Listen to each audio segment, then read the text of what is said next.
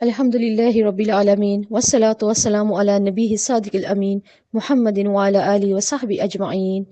أما بعد فأعوذ بالله من الشيطان الرجيم من همزه ونفخه ونفسه. رب اشرح لي صدري ويسر لي أمري واحلل عقدة من لساني يفقهوا قولي. رسول فضلنا بعضهم على بعض. یہ رسول ہیں. رسول کون ہے؟ رسول کون ہوتے ہیں؟ منتخب لوگ، اللہ کے چنیدہ.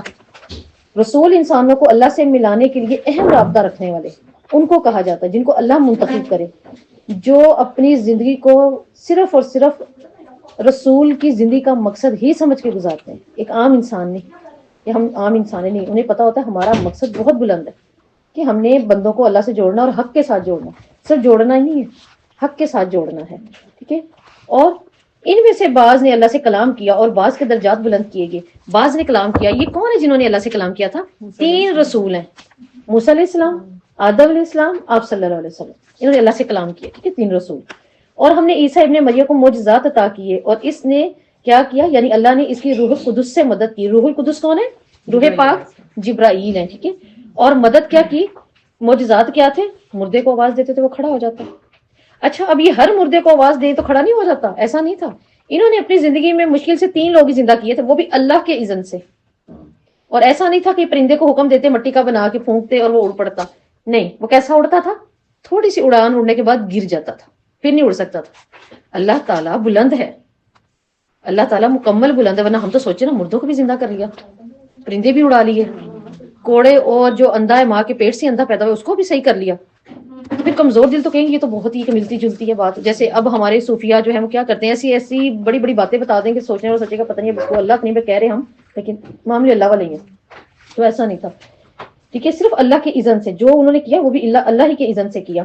اور اس آیت میں کیا ہمیں پتا چل رہا ہے کہ اگر اللہ تعالیٰ چاہتا تو ان کے بعد آنے والے اپنے پاس کھلی نشانیاں آنے کے بعد آپس میں نہ لڑتے، مگر انہوں نے اختلاف کیا. پھر ان میں سے کوئی ایمان لایا اور ان میں سے کسی نے انکار کیا. اگرچہ اللہ چاہتا تو آپس میں لڑتے ہی نہ، مگر اللہ تعالیٰ جو ارادہ کرتا ہے وہ کرتا ہے. اب رسالت کیسے ادا کیا جاتا ہے؟ یہ حق، رسالت کا فریضہ کیسے ادا کیا جاتا ہے؟ رسول ایسا گروہ وجود میں لاتے ہیں جس کے پاک باز افراد انسانیت کی رہنمائیاں کرتے ہیں کہ اس طرح سے رسالت کا فریضہ ادا ہوتا ہے. اور رسول کا مشن کیا ہوتا ہے جو ہمیں یہ آیت بتا رہی ہے؟ رسول کا مشن ہوتا ہے اللہ کے دیے ہوئے تمام نظام کو پوری زندگی اور دنیا کے اوپر غالب کرنا. رسولوں کا یہ مشن ہے. اس کے علاوہ وہ مشن نہیں ہے جو ہم سمجھتے ہیں، جو ہم نے مشن بنائے ہوئے نا رسولوں کو پکارنے کے لیے. نہیں، ہمیں یہ آیت بتا رہی ہے رسول کا مشن کیا ہے؟ دین کو تمام زندگی کے پہلوؤں پر کیا کر دینا ہے؟ رائج کر دینا ہے. صرف رسول کا یہ کام ہے. ٹھیک ہے. اور پھر رسولوں کی فضیلت کے لیے جو ممنوع اسباب ہیں، کیا وہ ہو سکتے ہیں؟ نہیں ہو سکتے. اس وجہ سے نہیں ہو سکتے کہ بعض رسولوں کو اللہ نے بعض پر فضیلت اس لیے دی ہے. کوئی تو اتنے تھے جو ایک دائرہ محدود تک آئے، قوم کے لیے آئے. دیکھیں، قوم کے لیے آئے ہیں وہ ہمیں ایسے معلوم ہوتا ہے کہ موسیٰ علیہ السلام کے دور میں یا بنی اسرائیل میں کیا ہوتا تھا؟ ایٹ اے ٹائم ہر ٹاؤن میں ایک نبی ہوتا تھا. اس کا مطلب اپنے اپنے قبیلے کے بھی گزرے ہیں، خاندان کے بھی گزرے ہیں، چند لوگوں کے بھی گزرے ہیں، قوم کے بھی گزرے ہیں جیسے موسیٰ علیہ السلام. ٹھیک ہے. اور نسل کے بھی گزرے ہیں، بنی اسرائیل اور مصری کنانی، یہ سب الگ طریقے. تو تمام رسولوں کا جو معاملہ ہے نا، اللہ تعالیٰ نے ان کو ایک دوسرے پر فضیلت کے دائرے کو اس طرح سے مختلف اور وسیع کیا ہے. پھر اس کے بعد اللہ رب العزت کے فرماتے ہیں یا الذین انفقوا. ٹھیک ہے. اب اس کے اندر بات کیا آئی؟ انفقوا مما رزقناکم، اللہ تعالیٰ کی راہ میں خرچ کرو.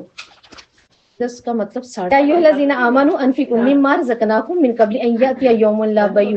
اے ایمان والو، اے لوگوں جو ایمان لائے ہو، ان چیزوں میں سے خرچ کرو جو ہم نے تمہیں رزق دیے ہیں، اس سے پہلے کہ وہ دن آئے جس میں نہ خرید و فروخت ہوگی، نہ دوستی چلے گی، اور نہ ہی سفارش ہوگی، اور کافر ہی ظلم کرنے والے ہیں. اس آیت میں دیکھیں اللہ رب العزت ہمیں کیا بتا رہے ہیں. اللہ کی راہ میں خرچ کرنے سے یہاں کیا مراد ہے؟ انفاق سے مراد ہے انفقو، نفق، نون فاقہ. کیا ہوتا ہے یہ؟ سوراخ، سرنگ، جس کے دونوں طرف سے سوراخ ہو. ٹھیک ہے. کہیں بھی انسان روک نہ سکے. تو اللہ تعالیٰ یہاں بتا رہے ہیں اپنے آپ کو، اپنے مال کو، اپنے وسائل کو اللہ کی راہ میں خرچ کرو. انفاق سے مراد مسلطوں کی قربانی بھی ہوتی ہے، صرف مال ہی نہیں ہوتا کہ ہم اس سے مراد صرف مال لیں. اللہ کی راہ میں خرچ کرنے کے لیے آپ کی مسلطیں بھی ہیں. ٹھیک ہے.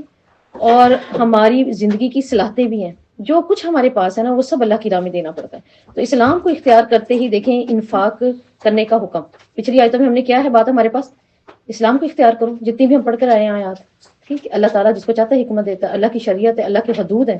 ساری باتیں اللہ تعالیٰ ہمیں گنواتے ہوئے پھر نماز کی طرف آئے، نماز وسطیٰ، اس کی بات کرنے کے بعد اپنے احکامات اور اسلام سکھانے کے بعد اب اچانک اللہ تعالیٰ نے یہ حکم کیوں ساتھ ہی دے دیا کہ خرچ کرو؟ اس سے پہلے کہ وہ دن آئے صرف یہ بتانا مقصود تھا کہ اسلام کو انفاق کی قیمت پر اختیار کیا جس نے بھی، اس کے لیے کیا ہے اللہ تعالیٰ بتاتے ہیں، اس کے لیے کیا ہے کہ پھر اللہ اس کے ایمان کو سنجیدہ لکھتے ہیں کہ یہ سنجیدہ ہے۔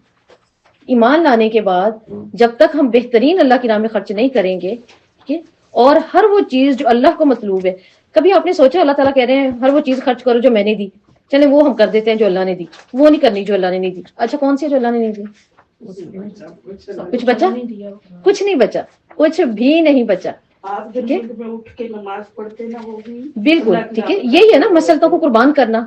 تو یہاں اللہ تعالیٰ یہی بتا رہے ہیں اسلام لا کر انفاق کرنے کا مطلب یہ ہے کہ انسان اسلام کے ساتھ مخلص ہے، اور کیا کہ اسلام کے معاملے میں سنجیدہ ہے، کہ اسلام کے معاملے میں سنجیدہ ہونے سے اب انسان کو کیا فائدہ ہوگا جو اللہ تعالیٰ چاہ رہے ہیں کہ یہ سنجیدہ ہو، میرے احکامات کو مانے، اور اس کے بعد ساتھ ہی کہہ دیا کہ خرچ کرنا ہے میری راہ میں۔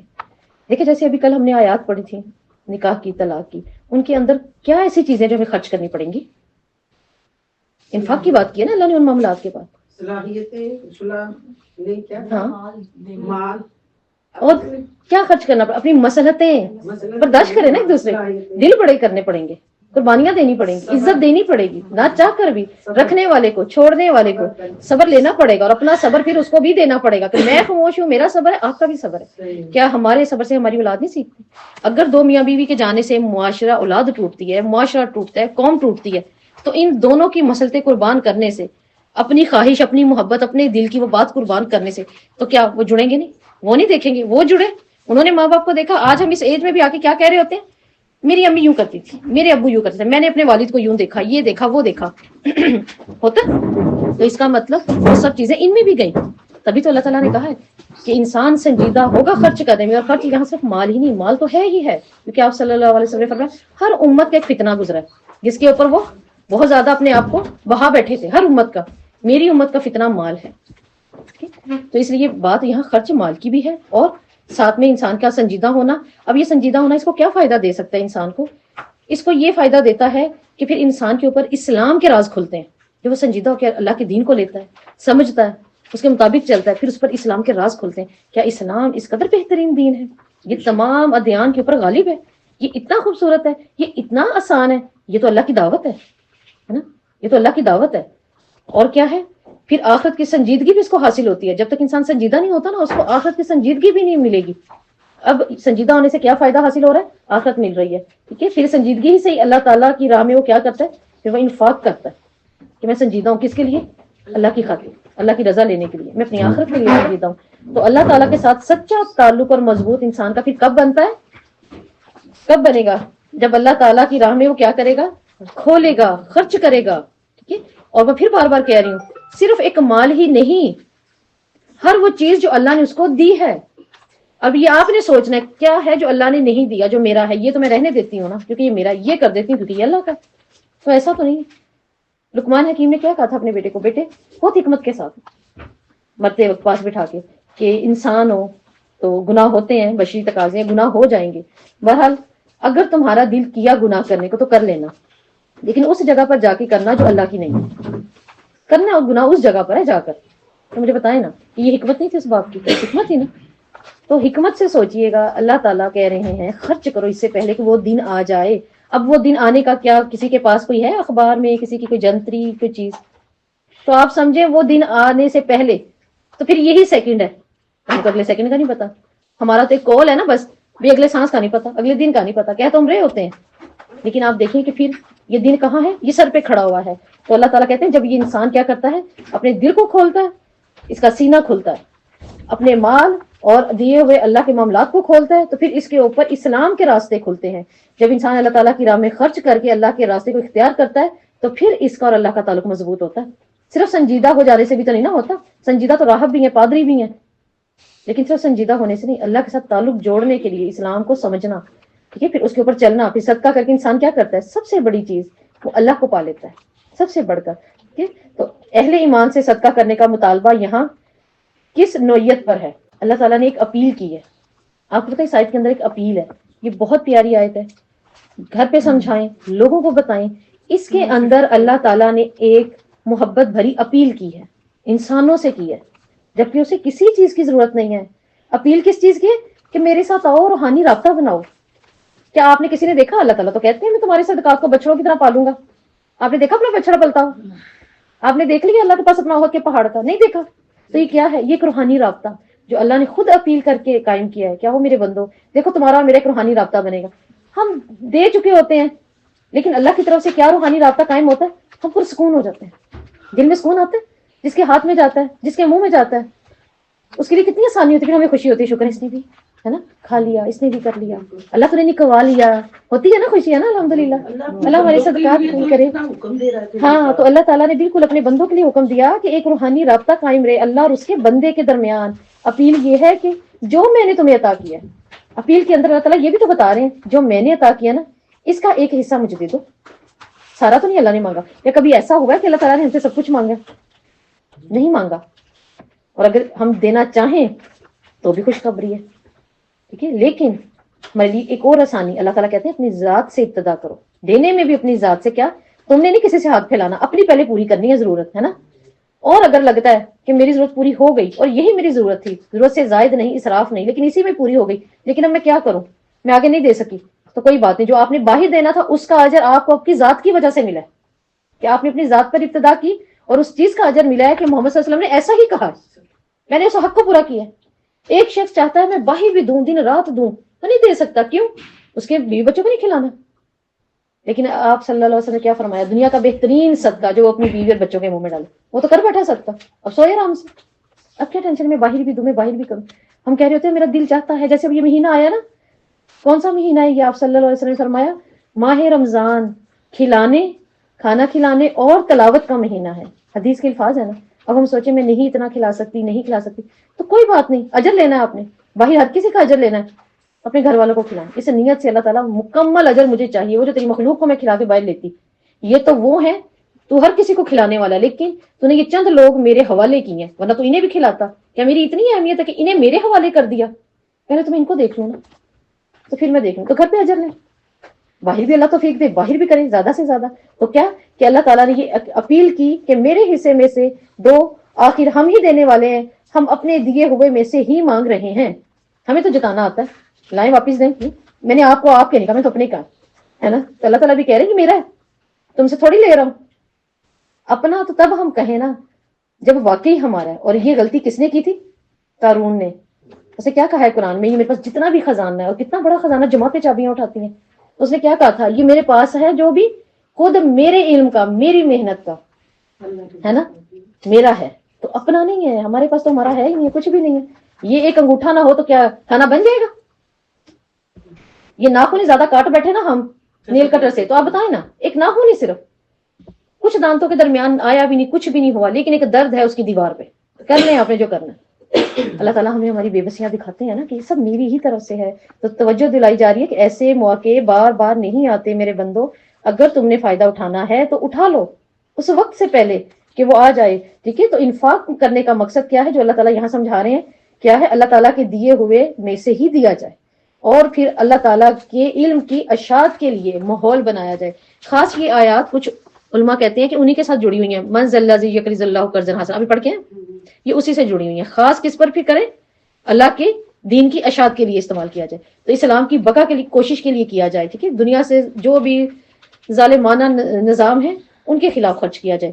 تو آخرت کا دن، اب خرچ کیوں کرنا ہے؟ وجہ کیا ہے جو اللہ تعالیٰ بات کر رہے ہیں کہ آخرت کا دن کائنات کے مالک نے ایک دن ظاہر کرنا ہے، بار بار اللہ تعالیٰ بتا رہے ہیں۔ اس وقت ہم نا آخرت بھولے ہوئے ہیں، بھول جاتے ہیں نا، دنیا میں مصروفیات میں، زندگی میں بدل جاتی ہیں کیفیات، لیکن اللہ تعالیٰ نے کیوں اس قرآن کو یاد دہانی کا، ان کو بار بار یاد آئے گا۔ والکافرون هم الظالمون، اور کافر ہی تو ظالم ہے۔ تو یہاں سے مراد انفاق کا انکار کرنے والے حقیقت میں کون ہوتے ہیں؟ ظالم۔ ظلم کیا ہے؟ ہدایت کی راہ پر نہ آنا، دوسروں کو ہدایت کی راہ سے روک دینا، دوسروں کو بھلائی کی طرف پہنچنے ہی نہ دینا۔ اور ظالم کون ہے؟ جو آیت کہہ رہی ہے ظالم، ایسے لوگ انسانیت کے بدترین دشمن ہوتے ہیں، انہیں اللہ تعالیٰ کہہ رہا ہے کہ ظالم ہے، ٹھیک ہے۔ اللہ لا الہ الا هو الحی القیوم۔ اب اللہ رب العزت کیا کر رہے ہیں؟ اپنی صفات بتا رہے ہیں، شیطانی وسوسوں سے بچنے کے لیے اللہ تعالیٰ کی بات جب دلیل اللہ کی زبان پر سامنے آتی ہے تو انسان کیا کرتا ہے؟ پھر سوچتا ہے کہ میرے اوپر کوئی ہے جو قائم ہے دائم ہے۔ آپ صلی اللہ علیہ وسلم نے فرمایا آیتوں کی سردار آیت الکرسی ہے، آیتوں کی سردار، ٹھیک ہے جی۔ قرآن کی آیتیں کتنی ہیں؟ 6,666 جی 6666 ٹیٹرا 6، ٹھیک ہے۔ ان سب کی کتنی زیادہ ہے نا، ان سب کی سردار کون ہے؟ آیت الکرسی۔ اور آیتوں میں سب سے بڑی آیت کون سی ہے؟ آیت دین، قرض کی، لین دین، ابھی آ جائے گی کل پرسوں، ٹھیک ہے، لین دین کی آیت سب سے بڑی۔ اور سب سے چھوٹی آیت ایک سورہ مزمل میں یا سورہ مدثر میں آتی ہے، چھوٹی سی آیت ہے کہ سورہ کوثر نہیں، وہ تو سورت ہے چھوٹی، اور سب سے بڑی سورت سورہ بقرہ، ٹھیک ہے۔ پھر آیت الکرسی کا موضوع کیا ہے؟ آیت الکرسی اسلامی نظام زندگی کے بنیادی تصور کو توحید پر پیش کرتی ہے۔ اس آیت میں اللہ تعالیٰ کی جن صفات کا ذکر ہوا ہے وہ ایک انسان کے عقیدے کو درست کرنے کے لیے اور غور و فکر کرنے کے لیے کافی ہے۔ آیت الکرسی کی فضیلت میں کیا؟ ابی بن کعب رضی اللہ سے روایت ہے، اللہ تعالیٰ نے اپنی کتاب کے اندر ایک ایسی آیت اتاری ہے جو مکمل عظمت والی ہے، بہت بلند ہے، بہت عظمت والی ہے، اور وہ کون سی ہے؟ آیت الکرسی۔ اسی طرح آپ صلی اللہ علیہ وسلم نے اپنے صحابہ میں سے پوچھا، صحابہ کو بتاؤ اللہ کی کتاب میں سب سے عظیم آیت کون سی ہے؟ تو ابی بن کعب رضی اللہ کہتے ہیں کہ میں نے جلدی سے بول دیا، میں نے کہا آیت الکرسی۔ تو آپ صلی اللہ علیہ وسلم نے میرے سینے پہ ہاتھ مارا اور مجھے کہا تیرا علم تجھے مبارک ہو ابو منذر، کہ واقعی تو نے صحیح بات کر دی۔ اور پھر آیت الکرسی کے لیے کیا آتا ہے؟ آپ صلی اللہ علیہ وسلم نے صحابہ کو بہت خوبصورت انداز میں بتایا۔ آپ نے کہا تمہیں معلوم ہے آیت الکرسی سے اللہ اپنی حفاظت کیسے بندے پہ رکھتے ہیں، کیسے ڈالتے ہیں؟ وہ اس طرح 2 رنگ چھلے تم کسی صحرا میں گرا دو، اس صحرا کی اور ان 2 چھلوں کی، ان 2 چھلوں کی، ان رنگز کی صحرا کے آگے کوئی اہمیت ہے؟ نہیں ہے۔ آپ نے فرمایا ایسے ہی ہے، وہ 2 رنگ، وہ 2 چھلے زمین اور آسمان ہے، اور صحرا تمہارے رب کی حفاظت، یعنی وہ کرسی جو اللہ حفاظت کرتا ہے۔ یہ صرف ہمیں سمجھانے کے لیے نا فطری طور پہ بات کی، ورنہ اللہ کی حفاظت تو بہت بلند ہے، بہت، جہاں تک ہمارا بھی گمان اور ذہن جائے گا، ٹھیک ہے۔ تو اس لیے آپ صلی اللہ علیہ وسلم نے فرما دیا کہ آیت الکرسی کے اندر اللہ تعالیٰ کی کون کون سی صفات ہیں، ہم آپ کو بتا دیتے ہیں۔ ہائی، زندہ ہے، ٹھیک ہے، نہ سوتا ہے نہ جاگتا ہے۔ لا تاخذہ سنۃ ولا نوم، سنۃ کیا ہوتی ہے؟ سینہ ایسی نیند کو کہتے ہیں، سینہ بالکل اونگ، جو بیٹھے بیٹھے ہم پوری بھی کر رہے ہیں، اپنے معاملات بھی کر رہے ہیں، ٹھیک ہے۔ جیسے دیکھیں نا کلاس میں آپ لکھ بھی لیتے ہیں، تھوڑی سی نیند بھی پوری ہو جاتی ہے، تو یہ کیا ہے؟ سینہ ہے نا یہ، ہاں ٹھیک ہے نا۔ اور اونگ کیا ہوتی ہے؟ نوم ہوتی ہے، جیسے ہمیں صبح کے ٹائم کیا کہتے ہیں، موزن کیا کہتا ہے؟ الصلاۃ خیر من النوم، نوم ایسی نیند انتہائی خوبصورت اور گہری، کیا اس وقت نہیں آتی؟ پوری رات جا جا کے ہمیں اس وقت کتنی اچھی نیند آنا شروع ہو جاتی ہے، ابھی اٹھتی ہوں بس 5 منٹ، وہ اتنی پیاری نیند ہوتی ہے۔ تو بتائیں یہ ہے، وہ کہتا ہے کہ اس نیند سے نماز بہت بہتر ہے۔ اللہ کو یہ دونوں ہی نہیں ہے، اللہ کو یہ دونوں لاحق نہیں ہے کہ اور کیا ہے، وہ زمین آسمان کا مالک ہے، جو کچھ بندوں کے سامنے ہے اسے جانتا ہے، ہمارے مستقبل کو صرف وہی جانتا ہے، ٹھیک ہے، جو اس سے اوجھل ہے وہی جانتا ہے۔ اوجھل کیا ہے؟ یہاں سے کھڑے ہونے تک کیا کیا اللہ نے کام کروا لینے ہیں، کیا معاملات ہیں زندگی کے، اور کیا ہو رہے ہیں، کیا ہو چکے ہیں، ہمیں تو جا کے پتا چلے گا نا، اللہ وہ بھی جانتا ہے۔ تو زمین آسمان کی حفاظت اس کو نہیں تھکاتی، اور کیا کہ یہ بلند ہے، علی ہے، عظیم ہے، ٹھیک ہے۔ تو صحابہ کرام کو آپ صلی اللہ علیہ وسلم نے 4 باتیں سکھائیں آیت الکرسی کے زمرے میں۔ کیا؟ اللہ تعالیٰ سوتا نہیں ہے، اسے کبھی نیند نہیں آتی، یہ اس کی ذات کو لائق ہی نہیں۔ وہ ترازو کا حافظ ہے، جس کے لیے چاہتا ہے جھکا دیتا ہے، جس کے لیے چاہتا ہے اٹھا دیتا ہے۔ دن کے اعمال رات سے پہلے اور رات کے اعمال دن سے پہلے اوپر چلے جاتے ہیں، یہ اللہ ہی کر سکتا ہے، کوئی اور نہیں لے جا سکتا ہمارے اعمال۔ اس کے سامنے نور یا آگ کے پردے ہیں اللہ تعالیٰ کے، اگر وہ ہٹ جائیں تو اس کے چہرے کی تجلیاں ان تمام چیزوں کو جلا دے جن تک ان کی نگاہ پہنچے گی، یعنی اللہ کی نگاہ پہنچے گی۔ تو اللہ رب العزت ہمیں یہاں پر اپنی بہت بڑی ایک طاقت بتا رہے ہیں کہ تمام طاقتوں پر کس کا ہے؟ کیا؟ اللہ تعالیٰ کا۔ اور اسی طرح جو شخص اس کو رات میں پڑھ کے سوتا ہے، اللہ رب العزت کیا کرتے ہیں، اس کے لیے آسمان سے فرشتہ بھیج دیتے ہیں جو پوری رات ایک ننگی تلوار لے کے کھڑا رہتا ہے اور اس کی حفاظت کرتا ہے۔ اور ایک حدیث میں ہے کہ جب جب یہ نیند میں کروٹ تو بدلے گا انسان، اگر یہ کروٹ بدلتے ہوتے اللہ اکبر کہہ دے یا کچھ بھی نہ بھی کہے اللہ اکبر، لیکن جب جب اس نے کروٹ بدلنی ہے اس نے اس کے لیے استغفار کرنی ہے، یہ بھی اللہ تعالیٰ اس سے کام کروا رہے ہیں۔ تو لہٰذا اس کو پڑھ کے سونا ہماری صبح تک کی کفالت ہے۔ اور آپ کے گھروں میں چیزیں گم ہو گئی، میں نے یہاں رکھی تھی، کہاں چلی گئی، خود بھی بھول رہے ہوتے ہیں، تو آپ صلی اللہ علیہ وسلم نے فرمایا کہ آیت الکرسی کا پڑھنا ان شیاطین سے بچا لیتا ہے جو چیزیں چراتے ہیں، چیزیں چرانے والے بھی تو ہوتے ہیں نا، یہ ان سے بچاتا ہے۔ جیسے کہ ابو ہریرہ کی حدیث آتی ہے، آپ صلی اللہ علیہ وسلم نے مجھے فطرانے کے مال پہ مقرر کر دیا اور کیا کہ میں روزانہ دیکھتا تھا ایک آدمی آتا تھا، وہ چھوٹا سا نقب لگاتا اور اس کے اندر سے کچھ مال نکالتا. میں جب اس کو پکڑتا وہ مجھے واسطے دیتا، روتا، میرے چھوٹے چھوٹے بچے ہیں، میں یہ کل نہیں آؤں گا. 3 دن تک تو یہی کچھ ہوتا رہا، اور 3 دن تک میں بھی جاتا اور آپ وسلم کو صبح بتاتا کہ رات ایسے ہوا. آپ وسلم مسکرا دیتے تھے. جب میں پھر اگلے دن جا کے بات کرتا تو آپ وسلم مجھے دور سے پہلے تو کہتے ہیں ہاں جی کیا بنا تمہارے قیدی کا، رات قید کرنے لگے تھے. نہیں اللہ کے چلو بہت رویا، مجھے ترس آیا، میں نے چھوڑ دیا. اس طرح ہوتا رہا. پھر ایک رات ابو ہریرہ کہتے ہیں میں نے اس کا ہاتھ پکڑ لیا. جب میں نے اس کا ہاتھ پکڑا تو اس کی 3 انگلیاں تھیں، ان پر بال تھے، انگلیوں تک، بازو سے انگلیوں تک بال تھے. ٹھیک ہے، جیسے یہ ڈاگس وغیرہ کے ہوتے ہیں. تو ابو ہریرہ کہتے ہیں میں نے کہا یہ کسی انسان کا ہاتھ تو ہو نہیں سکتا، تو مجھے سچ سچ بتا دے. تو کہتا ہے ہاں میں ہوں تو جن، لیکن میں تجھے ایک چیز بتا جاتا ہوں، اگر تو چاہتا ہے کہ تو محفوظ رہے ہم سے تو تم آیت الکرسی پڑھا کرو، جو اللہ کی کتاب میں ایک آیت ہے جو آیتوں کی سردار ہے. دیکھیں علم انہیں بھی ہے، ہم علم لے کے سمجھیں گے پتہ نہیں ہم کتنے عالم ہیں، ہے نا.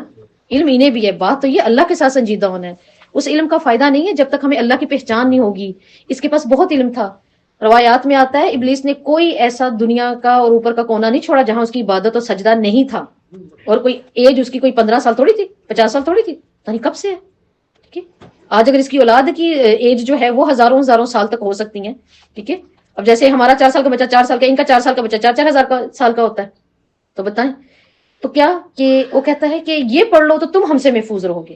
تو ابو ہریرہ نے آ کے آپ صلی اللہ علیہ وسلم کو بتایا. آپ صلی اللہ علیہ وسلم مسکرائے اور کہتے ہیں تھا تو وہ خبیث یعنی جن تھا، لیکن جو کہہ کر گیا وہ واقعی سچ کہہ کر گیا. تو اس کے بعد ابو ہریرہ کہتے ہیں کہ میں نے آیت الکرسی پڑھنا شروع کی.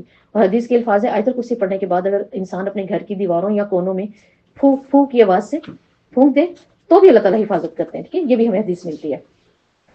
اور ایک حدیث کے مطابق آپ صلی اللہ علیہ وسلم نے فرمایا جو شخص یا جس شخص کو اللہ تعالیٰ آیت الکرسی پر ہمیشگی دے دے، ہمیشگی سے مراد فرضوں کے بعد رات کا پڑھنا، گھر سے جاتے ہوئے پڑھنا، گھبراہٹ میں پڑھنا، اللہ تعالیٰ کی اسم اعظم ہے نا اس کے اندر، اپنی دعا قبول کروانے کے لیے پڑھتے رہنا، اس کو اللہ رب العزت نبیوں اور شہیدوں کا سا اجر دیتے ہیں. تو اس کے اوپر کثرت سے کریں اپنے، ٹھیک ہے، پابندی کریں. لا اکراہ فی الدین، وہ سیدھا جنت میں. لا اکراہ فی الدین، دین میں کوئی زبردستی نہیں. اس سے کیا مراد ہے؟ دین میں کوئی زبردستی نہیں، یعنی اسلام نے یہ اصول دیا ہے دین کے معاملے میں زبردستی سے مجبور نہیں کیا جائے گا. اس اصول کا انسان کو کیا فائدہ؟ اللہ تو کہہ رہے ہیں دین میں کوئی زبردستی نہیں، تو ٹھیک ہے، لیکن ہمیں کیا فائدہ ہے؟ ہمیں فائدہ یہ ہے کہ اللہ تعالیٰ نے انسان کو عزت دی ہے. اس آیت میں اللہ نے عزت دی ہے. اور کیا کیا؟ اللہ تعالیٰ نے انسان کے ارادے، اس کی فکر اور شعور کو آزادی دی ہے کہ تمہیں زبردستی نہیں کی جائے گی. آزادی کیوں دی ہے؟ صرف اس وجہ سے کہ اللہ تعالیٰ نے ہدایت اور گمراہی دونوں ہمارے سامنے واضح کر کے اختیار پہ چھوڑ دیا. تو یہ عزت نہیں دی؟ کتنی عزت دی ہے. ہم کہتے ہیں کسی کو نماز پڑھ لو، نماز پڑھ لو، تو ہمیں لگتا ہے کہ ہاں یہاں کے لیے یہ آیت آپ اپنی پڑھیں، ہمیں نا بار بار کہیں. اور ویسے بھی آپ نے نہیں پڑھا لا اکراہ فی الدین، دین میں تو کوئی زبردستی نہیں. یہ ہم نے خود سے کہاں کہاں فٹ کر لی. ٹھیک ہے، تو یہ چیز نہیں ہے. یہاں پہ اللہ تعالیٰ نے بتایا کہ انسان کو عزت دی ہے، اختیار دیا، شعور دیا ہے. شعور تھا نا میں نے کیا کرنا ہے کیا نہیں کرنا. کیا یہ شعور نہیں ہے کہ کھانے کو اللہ تعالیٰ کہہ رہے ہیں کلو وشرب، کھاؤ پیو، لیکن کیا اب کھاؤ پیو میں اتنا شعور تو ہے نا کہ یہ میرے سامنے نشہ پڑا ہوا ہے، شراب پڑی ہے، کیا میں یہ بھی پی لوں؟ ہے نا، پینے کی چیز ہے، نہیں پتہ ہے کیا پینا ہے. ایک پانی پڑا ہوا اس میں اسمیل ہے یا وہ خراب ہے، وہ بھی پی لوں؟ نہیں. اللہ نے شعور دی ہے. ہدایت اور گمراہی اس کا تعلق اللہ تعالیٰ نے سمجھا دیا. پھر اسلام بندے اور اللہ کے درمیان کون سا تعلق یہاں پیش کر رہا ہے کہ دین میں زبردستی نہیں ہے. لا اکراہ فی الدین، دین میں زبردستی نہیں. یقیناً ہدایت گمراہی سے واضح ہو چکی ہے. پھر جو طاغوت کا انکار کرے، ساتھ اللہ تعالیٰ کہہ رہے ہیں زبردستی نہیں ہے. کیوں نہیں ہے؟ کیا واضح ہو گئی ہے؟ گمراہی اور ہدایت. اور طاغوت کا انکار جو کرے، اللہ تعالیٰ پر ایمان لائے، تو یقیناً اس نے ایک مضبوط کڑے کو تھام لیا. اب اس آیت نے ہمیں ایک بہت خوبصورت منظر پیش کیا اپنے رب کا اور بندے کا تعلق. اور وہ کیا؟ رب بندے کے قریب ہے، اس کو سنتا ہے اور اس کو جواب بھی دیتا ہے، اس کے حالات کو بھی جانتا ہے. واضح ہو گئی. کیا واضح ہو گئی ہے؟ انسان کو چاہیے کہ جب گمراہی واضح ہو گئی ہے تو نفرت کرے. اور واضح سے یہ نہیں ہاں مجھے پتا ہے، تو پھر پتا ہے تو بچے کیوں نہیں ہے؟ بچیں گے تو تب جب نفرت ہوگی اسی چیز سے دور بھاگیں گے نا جس سے نفرت ہوگی. نفرت ہے نہیں، لیکن یہ پتا یہ غلط ہے. نفرت ایک غلط چیز کے لیے، گمراہی کے لیے نفرت کا ہونا بھی ضروری ہے. آج کیوں برائیاں اتنی عام ہو گئی؟ کیونکہ برائی سے نفرت نہیں رہی. برائی نہیں لگ رہی. اگر برائی لگے گی تو انسان اس کی طرف نہیں دیکھے گا، اس طرف نہیں جائے گا. تو اللہ تعالیٰ یہاں جو واضح کرنے کی بات کر رہے ہیں نا، وہ کر رہے ہیں کہ نفرت کرو. جن چیزوں کو میں نے کہا ہے یہ صحیح نہیں، تو یہ نہیں کہ یہ صحیح نہیں، پھر ان سے نفرت بھی کرو. نفرت کریں گے تو ان سے دور بھاگیں گے. طاغوت کیا ہے؟ اللہ تعالیٰ کہتے ہیں جس نے طاغوت کا انکار کر دیا. ہر عقیدہ، ہر عادت جس کا تعلق اللہ سے نہ ہو وہ طاغوت ہے. یہ لفظ آپ کے پاس آگے بہت دفعہ آئے گا. آپ ابھی سے اس کو سمجھ لیں، اچھی سے اس کی ڈیفینیشن کو سمجھ لیں. ہر وہ عقیدہ، ہر وہ عادت جس کا تعلق اللہ سے نہیں ہے نا وہ طاغوت ہے، کہ ہر وہ قوت جو اللہ تعالیٰ کے احکامات پر پیرا عمل ہونے سے روکے وہ طاغوت ہے۔ اب اس کے لیے آپ نے اپنی سوچ کو وسیع کرنا ہے، کون سی ایسی قوت جو مجھے اللہ کے احکام سے روک رہی ہے، ٹھیک ہے؟ تو وہ کیا ہوگی؟ ہر وہ قوت جو اللہ کے احکامات پر عمل کرنے سے روکے وہ بھی طاغوت ہے۔ ہر وہ قوت، ابھی ہم نے خود جج کرنا ہے کون سی ایسی قوت ہے جس کے آگے میں بے بس ہوں، وہ اللہ کے حکم کو پورا نہیں ہونے دے گی، اور پھر آپ نے دیکھنا ہے وہی قوت طاغوت ہے۔ اور جو اس کا انکار کرے گا، اگر میں نے اور آپ نے اس کا انکار کر دیا انشاءاللہ تعالیٰ، جو کہ اللہ کے سامنے کھڑے ہونے سے یا تکبر کرنے میں ہمیں بڑھا دے، اس کا انکار کرنے سے ہمیں فائدہ ہوگا کیا؟ ایک مضبوط سہارے میں ہم آ جائیں گے، اور وہ سہارا کس کا ہے؟ اللہ کا۔ کیا ہم نہیں کہتے اللہ تعالیٰ میرا سہارا بن جائے، ہے نا، اللہ مجھے تھام لے؟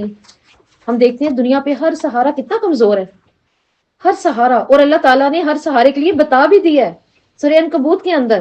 کیا اللہ تعالیٰ وہاں کہتے ہیں؟ دنیا کے سہارے اللہ کو چھوڑ کر دوسروں سے محبت، اللہ کی جگہ اور صفات کسی اور کو دینا، ایسے ہی جیسے مکڑی کا گھر۔ اور پھر ساتھ ہی اللہ تعالیٰ کہتے ہیں دنیا کے تمام گھروں میں سب سے کمزور گھر اس کا ہے۔ ہمیں تو لگتا ہے وہ بھی کمزور ہوگا، کیا وہ جو ایک چھوٹے سے جالا بن دیتی ہے چڑیا، وہ بھی تو کمزور ہے، ہوا اڑا دیتی ہے، اس سے بھی کمزور۔ تو اللہ کو چھوڑ کر لوگوں پر اللہ کی صفات، اللہ والا یقین، ٹھیک ہے، اللہ والا عقیدہ، جو عادت جو محبت اللہ سے ہونی چاہیے تھی وہ صرف بندوں سے ہے، صرف اور صرف دنیاوی مفاد ہے، اللہ کو بھولے ہوئے، تو پھر وہ کیا ہے؟ وہ اتنا کمزور ہے، اتنا کمزور ہے جتنا مکڑی کا جالا۔ تو یہ سوچ کے ہمیں صرف اور صرف اللہ کو پکڑنا ہے، اللہ کو مضبوط تھامنا ہے تاکہ یہ کمزور ٹوٹ جائیں۔ ہمارے بچوں کو خراب کرنے میں اس میڈیا نے تو بہت حق ادا کیا نا اپنا۔ کس طرح سے کیا؟ ایک پسندیدہ پرسنالٹی بنا دی انہوں نے، مکڑی، اسپائڈر مین۔ وہ کیا کرے گا؟ وہ دنیا بھر کے 10 جہاز اٹھا رہا ہے، اپنی 2 انگلیوں سے اٹھا کے ادھر پھینک رہا ہے، ادھر پھینک رہا ہے، ٹھیک ہے؟ لوگوں کو انتظار ہے، ٹھیک ہے، کہاں ہے ویئر از اسپائڈر مین، کہاں ہے اسپائڈر مین؟ اب کھڑے ہوئے، دنیا بے بس کھڑی ہوئی ہے، کوئی قتل ہو رہا ہے، کوئی مر رہا ہے، کیوں انتظار میں اسپائڈر مین آئے کہیں سے، اب وہ آئے گا، پھر وہ بچائے گا، زندگی بنے گی۔ اللہ تو کہہ رہے ہیں اس سے کمزور نہ کوئی جانور ہے، نہ کسی کا گھر۔ اور ہمیں انہوں نے کیا دکھایا؟ یہ دیکھیں، اس کی طاقت دیکھیں، قرآن سے ہٹے، ٹھیک ہے، اس کو اپنا ہیرو بنائیں، وہی کاسٹیوم آپ دیکھیں، وہی لباس بھی آگے ہمارے، جس نے جس قوم کی مشابت اختیار کی، ٹھیک ہے، ہمیں معلوم ہی نہیں ہوتا، ہم بچوں کے لے آتے ہیں، بچے رو رہے ہیں، امیاں لے آئیں گے، اب وہ گھر پہ اسپائڈر بنا ہوا ہے، ماں پہ بھی اور ابے پہ بھی، ہے نا، آپ ہی کے فرنیچر توڑے گا وہ بےچارا اوپر چڑھ چڑھ کے، بچہ بھی کبھی دیواروں پہ لٹکے گا، کبھی اس کو وہ کرنا ہے۔ اللہ کا سہارا سب سے مضبوط سہارا ہے۔ تو اب جو کوئی اللہ کا مضبوط سہارا تھامے تو اس کو کیا چاہیے؟ اللہ کا سہارا ہے کیا؟ کیا اوپر سے ہمیں کوئی رسی گرے گی ہمارے پر، اوپر سے کوئی ڈول آئے گا، ٹھیک ہے، کوئی لفٹ چیئر آئے گی؟ کیا آئے گا؟ اللہ کا سہارا قرآن کا علم حاصل کرنا ہے، اللہ کا سہارا اللہ کی تعلیمات کو سمجھنا ہے، رسول کی دی ہوئی احادیث، رسول کی تعلیمات کو اپنی زندگی میں رائج کرنا پڑے گا، ان کو سمجھنا پڑے گا، پھر ان پر عمل کرنا پڑے گا، اور جتنا عمل زیادہ ہوتا جائے گا یہ سہارا مضبوط ہوتا جائے گا۔ کیا ہم نہیں دیکھتے کہ اللہ پہ توکل کرنے والوں کی محبت کتنی شدید ہوتی ہے؟ وہ سہارا ہی تو ہے نا، وہ سہارا ہی تو ہے جو ان کے اندر بیٹھا ہوتا ہے۔ تو اس مقصد کے حصول کے لیے کیا کیا جائے؟ پھر علم کو سیکھا جائے اور سکھایا جائے تاکہ اپنے اس دائرے کو مضبوط کیا جائے۔ اب راہ راست پر کون ہے جو ہمیں یہ آیت بتا رہی ہے؟ جو طاغوت کا انکار کرے۔ اگر میں اور آپ چاہ رہے ہیں نا اللہ تعالیٰ ہمیں ہدایت دے، تو پھر یہ کہنے سے نہیں، پھر ہم نے دیکھنا ہے کون سا عقیدہ، عادت، قوت ہمیں اللہ کے سامنے کھڑا کر رہی ہے، تکبر پہ کھڑا کر رہی ہے، کیوں کر رہی ہے؟ پھر اس کا انکار کر دیں۔ جب اس کا انکار ہوگا نا، نہیں یہ ٹھیک نہیں، میں اللہ کی بندی ہوں، اور بندی کا مطلب ہے غلام، تو میں تو نہیں یہ جرت کر سکتی، تو پھر کیا کیا جائے گا؟ آسان حل، انکار، اور اللہ سے مدد مانگی جائے گی، ٹھیک ہے، اور پھر کیا ہوگا؟ پھر ہم ہدایت پر ہوں گے۔ اللہ ولی الذین آمنوا، اللہ تعالیٰ اس کے بدلے میں ہمیں کیا دیں گے؟ اللہ دوست بنیں گے۔ اللہ تعالیٰ ولی ہے کن کا؟ ایمان والوں کا۔ جب اللہ تعالیٰ ایمان والوں کا دوست بنے گا نا، جب ہم اللہ کی خاطر چھوڑیں گے وہ سب جو اللہ کو پسند نہیں، طاغوت کا انکار کریں گے، تو ہمیں خوبصورت 2 چیزیں ملیں گی۔ ایک تو یہ کہ اللہ کی دوستی، دوسری اللہ ہمیں اندھیرے سے نکالیں گے۔ آج کتنے اندھیرے ہیں، غموں کے بھی ہیں، بے بسیوں کے بھی ہیں، پریشانیوں کے بھی ہیں، فیوچر کے بھی ہیں، ماضی کے بھی ہیں، مرنے کے بھی ہیں، جینے کے بھی ہیں، نہیں سمجھ آتی۔ اللہ تعالیٰ کہتے ہیں میں نکال کے لاؤں گا، لیکن سب اس کو جو میرا دوست ہے، اور کسی کو نہیں۔ جب ہم کھیلا کرتے تھے نا بچپن میں، تو ہم نے اس ٹیم سے اسی کو لانا ہوتا تھا نکال کے، جو ہمارا ہے، جو ہمارے گروپ کا ہے، جو ہمارا دوست ہے. تو اللہ بھی انہیں کو ہی نکالتا ہے. تو اللہ تعالیٰ کن اندھیروں سے نکال کر لاتا ہے؟ یہ کن اندھیروں کی بات ہے؟ جہالت، جہالت کے اندھیرے. جب اللہ تعالیٰ کے احکامات نہیں مانے جائیں گے تو جہالت آئے گی. ٹھیک ہے، جہالت کے اندھیرے ہیں، شرک کے اندھیرے ہیں، لا علمی کے اندھیروں سے اللہ نکال کر لائے گا نور کی طرف. نور کیا ہے؟ اللہ کا دین، محمد صلی اللہ علیہ وسلم صلاۃ السلام کی سنت. اور طاغوتی نظام کون سا ہے؟ اللہ تعالیٰ کہتے ہیں جس کا طاغوت دوست بن گیا، نہیں انکار کیا تو دوست بن گیا. اب جس کا دوست بن گیا پھر وہ کیا کرے گا؟ اب اس کا نقصان بھی دیکھیں. روشنی سے لے جائے گا اندھیرے کی طرف، لے گیا علم سے، لے گیا رب سے چرا کے اس کے بندے کو، لے گیا تعلق کمزور کر کے، کروا دی بے وفائی، بنوا دیا جہنم والا ڈسٹرب لکھوا دیا، لے گیا. تو یہ اندھیرے میں لے گیا، شرک میں لے گیا. تو طاغوتی نظام سے انسان بچ کیسے سکتا ہے؟ یہ آیت بتا رہی ہے انسان اجتماعیت اختیار کرے کہ اور کیا کرے؟ وتواصوا بالحق کی وتواصوا بالصبر. حق کی تلقین کرتا رہے، اور کس کی؟ صبر کی تلقین کرتا رہے، پھر وہ بچ سکتا ہے. تو طاغوت کی پیروی کا انجام کیا ہے جو اللہ تعالیٰ یہاں پہ بتا رہے ہیں؟ ہمیشہ کی آگ ہے. ٹھیک ہے، تو اس سے بچا جائے. جو نہیں بچتے، اب ان میں سے بھی اللہ نے کچھ کے احوال ہمیں بیان کر دیے، اور کتنے اچھے کر کے، تاکہ ہمیں واضح سمجھ آئے. الم تر الی الذین حاجہ، حاجہ کس سے؟ حجت سے، حجت بازی، مناظرہ. تر الی الذین حاجہ، حجت بازی سے ہے. اللہ تعالیٰ کہتے ہیں تم نے اس شخص کو دیکھا جس نے حجت بازی کی ابراہیم، ابراہیم سے. ابراہیم مین بہت زیادہ بچوں والا. فی ربی ہی، ابراہیم سے جھگڑا بھی کیا تو کس معاملے میں؟ اللہ کے معاملے میں. ابراہیم کے ساتھ رب کے معاملے میں جھگڑا کیا. ان عطا اللہ الملک، اللہ تعالیٰ نے اس کو کیا دیا ہوا تھا؟ حکومت. کیا اس کے پاس نہیں ہے؟ کتنا اللہ نے اس کو دیا ہے، حکومت دی ہوئی ہے اس کو. اور یہ کون سا بادشاہ تھا؟ نمرود. اچھا میں آپ کو یہاں بتا دوں، اس بادشاہ کا نام نمرود بن کسفان بن سام بن نوح یہاں ملتا ہے، لکھ لیں.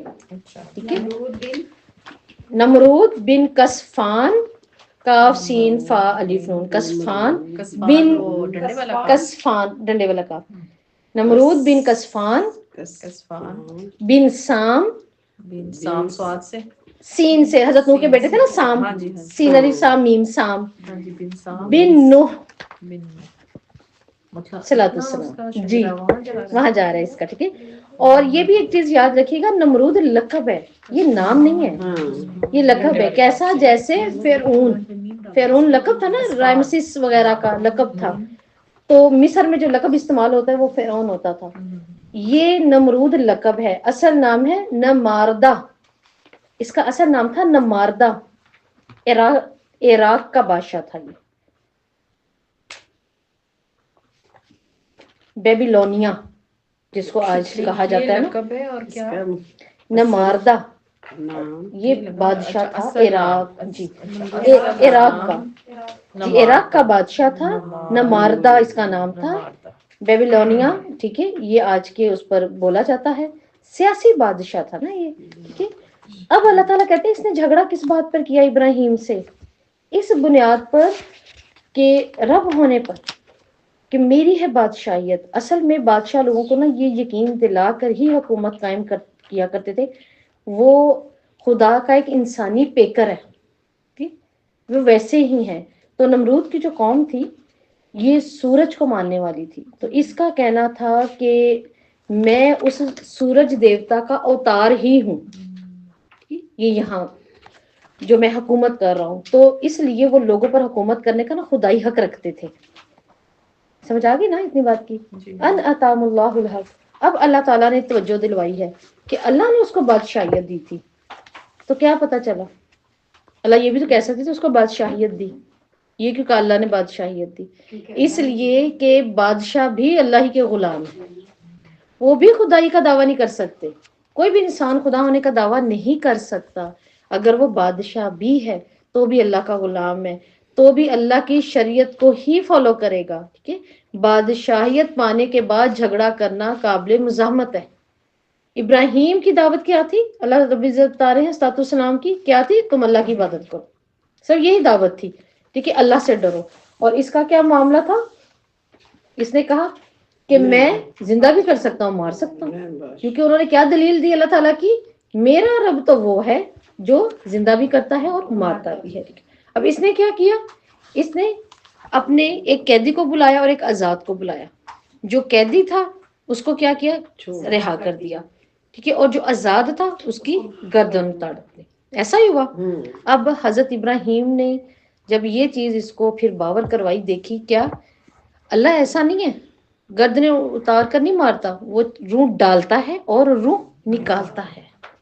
تب اللہ تعالیٰ نے ہمیں بتایا ہے، تب حدیث نے ہمیں یہ بات بتائی کہ اس نے یہ کر کے کہہ دیا میں تو رب نہیں. رب ایسا نہیں ہوتا. حضرت ابراہیم نے بھی یہ دلیل بھی اس کو دی. رب کون ہے جو روح ڈالتا اور نکالتا ہے؟ روح ڈالو گے نکالو گے؟ نہیں کر سکتا تھا. اب جب حضرت ابراہیم علیہ السلام نے دیکھا نا، اس نے تو اہل مجلس کو اپنی طرف متوجہ کیا ہوا ہے. اب حضرت ابراہیم صلی اللہ علیہ وسلم نے کیا کیا؟ اہل مجلس کی توجہ خود کی طرف لی، اور پھر کیا کیا کہ اس کو اس سے بھی اچھا جواب دیا. کیا؟ اچھا رب تو اسی سورج کو جس کا تم خدائی کا دعویٰ کرتے ہو مشرق سے لاتا ہے، تم اس کو مغرب سے لے آؤ. فَبُہِتَ الَّذِي، اللہ تعالیٰ کہتے ہیں اور مبہوت سے یہ لفظ نا، مبہوت. مبہوت کیا ہوتا ہے؟ خاموشی اختیار کر لینا جب دیکھنا کہ میں بے بس ہوں. اس مسلحت سے خاموشی اختیار کرنا کہ اب کچھ کرنے سے بہتر ہے چپ کر جاؤ، مزید میرا ہی معیار نہ گرے. اس نے کیا کیا؟ ارادہ کیا کہ جواب تو میں دے سکتا ہوں لیکن خاموشی بہتر ہے. اچھا وہ کیا جواب نہیں دے سکتا تھا؟ دے سکتا تھا، ہے نا. وہ کہتا کہ اچھا ٹھیک ہے پھر اپنے رب سے کہو خود ہی مغرب سے لے آئے. دے سکتا تھا نا، لیکن اس نے خاموشی اختیار کی. کیونکہ اب بجائے یہ بات بڑھے اور میرا ہی معاملہ کھل جائے، کچھ معاملات پر نا دیکھیں اس طرح سے مصلحت اختیار کرنی پڑتی ہے خاموشی کی. اب اللہ تعالیٰ کیا کہتے ہیں کہ جب فرعون کے پاس حضرت موسیٰ آئے اور اس نے کہا کہ اب مجھے تم سب بتاؤ، یہ دونوں بھائی جو ہیں وہ کچھ اور کرنے کے چکر میں، تم سب بتاؤ مجھے، تامرون حکم دو، یعنی مشورہ دو سب کے سب مجھے. ان سب نے کیا مشورہ دیا؟ اعلان کرواتے جتنا جادوگر ہے نا سب جمع ہو جائے، کیونکہ یہ کوئی جادو لے کر آئے ہیں دونوں بھائی، تو جادوگر جمع ہو. اب کتنے جادوگر جمع ہوئے روایات میں آتا ہے 70,000. اللہ اکبر، 70 بھی نہیں. یہاں سے یہ بھی معلوم ہوتا ہے کہ بنی اسرائیل کا یہی کام تھا، یہی کام رہ گیا تھا ان کے پاس، ٹھیک ہے، انہی سے شروع ہوا. اب کیا کہ 70,000 جمع ہوئے اور پھر انہی کے کروا بھی اللہ تعالیٰ انہی سے رہا ہے، اسی سے فرعون سے رہا ہے. اس نے ایک بڑے میدان میں جمع کیے اور جب سارا مناظرہ معاملہ ہوا تو وہ سب کے سب سجدے میں گر گئے. تو کیا کہا؟ کس نے تمہیں کہا اس سے پہلے کہ میں حکم دیتا، تم نے کیوں ایمان اس پر لے آئے؟ اب اگر صرف حضرت موسیٰ سے ہی وہاں اندر تھوڑی سی بات ہوتی تو کیا ہوتا؟ چند لوگوں پہ بات تھی، اللہ نے وہ بات کیسے کھلوائی؟ وہ اتنوں کے بیچ میں بات بھی کھلی، اس کی بھی ساتھ کمزور ہو گئی اور وہ سب کے سب مسلمان. اب کیا کہ یہ بھی کر لیتا لیکن اسے خاموشی اختیار کر لی. یہاں خاموشی ہو جاؤ، اس سے پہلے کچھ اور کروں اور وہ بھی ہو گیا تو میں تو کمزور پڑ گیا. اس سے خاموشی اختیار کی. ساتھ اللہ تعالیٰ کہتے ہیں واللہ لا یہدی قوم الظالمین. جتنے سائنس قرآن کے اندر آتے ہیں نا ان پہ ضرور رکا کریں، ان کو ساتھ ساتھ دیکھا کریں. یہ انشاءاللہ میں رمضان کے بعد کرواؤں گی. یہ چھوٹا سا سائن آ رہا ہے، چھوٹا سا توئیں، اس کو کہتے ہیں متلک. اس پہ رکنا ہوتا ہے. اگر ہم اس پہ نہ رکیں تو ہم کیسے پڑھیں گے اس کو؟ ہم کہیں گے بالشمس من المشرق فأتی بها من المغرب فبہت الذی کفر واللہ لا یہدی قوم الظالمین. حیران ہی رہ گیا وہ شخص کافر. اللہ تعالیٰ بات کہیں اور نکل گئی. ہم نے یہاں پہ سٹاپ لینا ہے، اس شخص تک بات رکھنی ہے کفر کی، آگے بات اللہ کی ہو رہی ہے. ٹھیک ہے، تو ان سائنس کو نا بہت دھیان سے دیکھنا ہے. پھر اللہ رب العزت کیا کہتے ہیں کہ حیران رہ گیا کافر متکبر.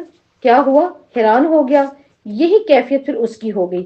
اب یہاں سے ہمیں معلوم ہو رہا ہے کہ حضرت ابراہیم علیہ السلام کی گفتگو سے انبیاء کے طریقہ دعوت کے کون سے نتائج سامنے آ رہے ہیں جو حضرت ابراہیم کے نتائج پتہ چلے. ایک تو یہ پتہ چلا کہ رسولوں کے سوال تسلی بخش ہوتے ہیں، ان کے جواب بھی تسلی بخش ہوتے ہیں. حضرت ابراہیم نے تو کہا تھا یہ چاند نے مار دیا تمہارے سارے بتوں کو، تو انہوں نے کہا یہ کیسے مارے گا، یہ تو بت ہے، یہ تو پتھر. تو کہتے ہیں ہاں تبھی تو کہہ رہا ہوں. پھر تم انہیں کیوں پوچھتے ہو، ہے نا؟ کیوں پوچھتے ہو ان کو؟ کیوں ان کے سامنے کھانے لگتے؟ یہ تو کھا بھی نہیں سکتے. تو انبیاء علیہ الصلوۃ والسلام نے ہمیشہ کیا کیا، انسان کو اس کی انسانی فطرت پہ اپیل کر کے دین کی دلیل دی ہے، اور یہی کام ہمارا ہونا چاہیے، ہے نا، یہی کام ہمارا ہونا چاہیے تاکہ ہم فطرت کی طرف آ کے اپیل کریں، تبھی کوئی سمجھے گا۔ اگر ہم نے رسول کو صرف نور ہی بنا دیا، پھر کون کیا سمجھے گا، کہے گا نہیں پھر وہ تو نور تھے، ہم کیا کریں، ہم تو نہیں کر سکتے۔ نہیں، انہیں بتائیں اللہ کے رسول بھی انسان تھے، انہوں نے یہ سب سہا اللہ کی خاطر، ہم بھی سہ سکتے ہیں، ان کے پاؤں سوج سکتے ہیں تو ہمیں بھی سجا لینے چاہیے، نبی کے بھی تو سوجے تھے۔ پھر ظالم کون ہے اس آیت کے اندر؟ وہ جو راستے پہ آنے کا شوق نہ رکھے، ٹھیک ہے۔